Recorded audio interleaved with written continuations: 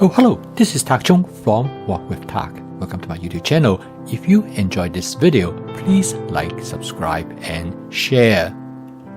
Jim loves fried rice. For him, cooking the chicken fried rice is probably the most enjoyable thing that he likes to do because he enjoys chicken fried rice more than any other types of fried rice. However, cooking chicken fried rice requires a little bit more work because you need to cook the chicken separately from the fried rice and then you combine everything together.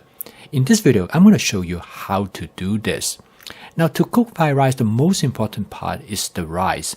The rice has to be dry, and the best is to store cooked rice in the refrigerator for 24 hours or longer. Okay, so let us get into the kitchen, and I'm going to show you how to cook this fried rice. The first step is to stir fry some chicken. I use my Cuisinart 14-inch stainless steel wok. I start with about 2 tablespoons of canola oil. You can use any oil that you prefer as long as it has a high smoking point. The first thing I'm going to do is that I'm going to spot season my stainless steel wok. Use my spot seasoning method. This method is very simple. All I have to do is to heat up the oil until it starts to smoke gently. I turn down the heat and I let the oil to smoke another 15 seconds. And this is when the wok is being seasoned. The first step in making this fried rice is to stir fry the chicken. I use a method known as shallow frying. I fry the chicken on one side first before I turn it over to fry the other side. I lay the chicken out on the surface of the wok in a single layer. This wok is particularly suitable for this technique because this wok has a relatively large flat surface area. I prep my chicken in advance using this method. This will allow me to go from the freezer to the wok in less than 10 minutes. All I have to do is remove the chicken from the freezer and put them in a bowl of warm water, and they will be thawed out in about 10 minutes. And then I coat the chicken with cornstarch and my basic seasoning mix. I also add just a touch of sugar so it will cause the chicken to caramelize. This method is very effective in cause the chicken to have a slight crispy texture, and it also keeps the chicken moist and tender inside. Because the chicken has been cut in thin slices, and it only took about 2 minutes to cook the chicken. As you can see, the surface of the chicken is nicely charred and create a beautiful browning effect, and this gives the chicken great flavor.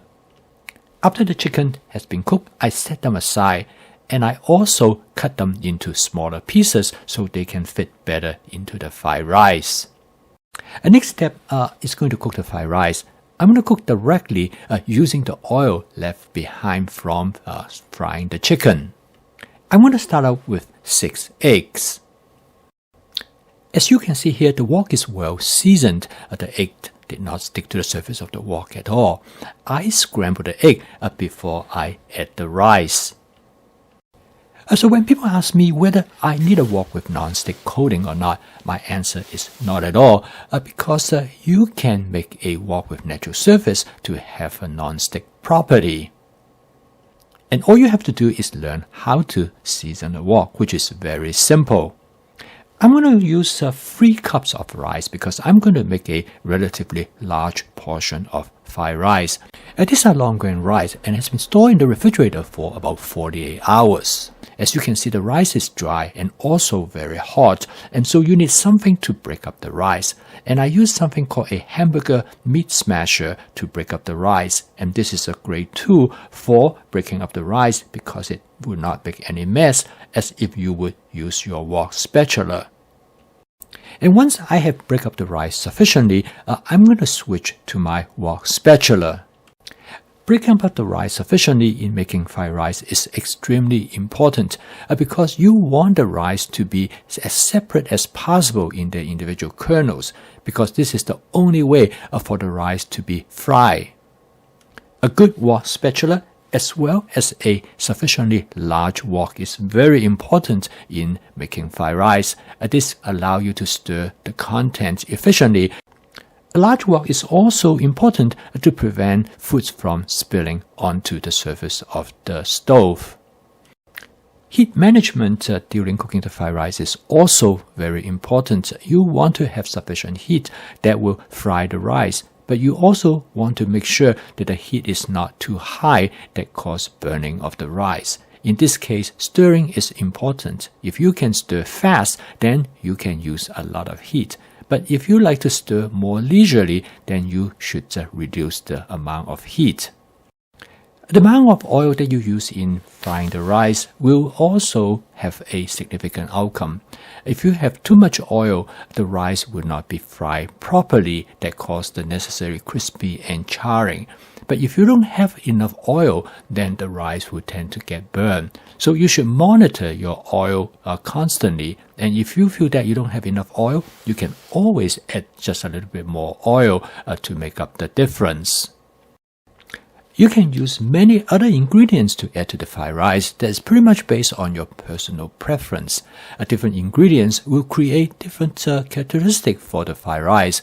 In this particular fried rice, I decided I'm going to add some chopped zucchini as well as chopped carrot. The reason I use that, partly I think the flavor will go well with the chicken, and also I have them in advanced prepping, which makes it very easy. And I use a manual food processor to chop them up so that it only takes about a few seconds to achieve that. After a few stir, now the fried rice is almost done. The final step is to incorporate the fried chicken into the fried rice. The reason I add the fried chicken way at the end because this will retain the texture as well as the flavor of the stir-fried chicken, and this will make the fried rice more interesting. Finally, I add some of my basic seasoning mix to season the fried rice. You can season the fried rice in many different ways. But this way, I find that I will retain the texture of the fried rice and keep them have that crispy texture. If I add other sauces, I tend to make the texture affected. The total cook time of this fried rice is about 10 minutes. As you can see here, by separating the chicken from cooking the fried rice, it allows you to maintain both the texture as well as the flavor of the chicken, and it makes it far more interesting fried rice than if you combine them together.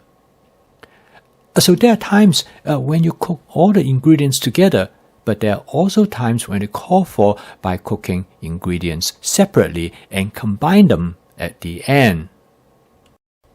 If you like chicken, you will enjoy this chicken fried rice dish. Give it a try.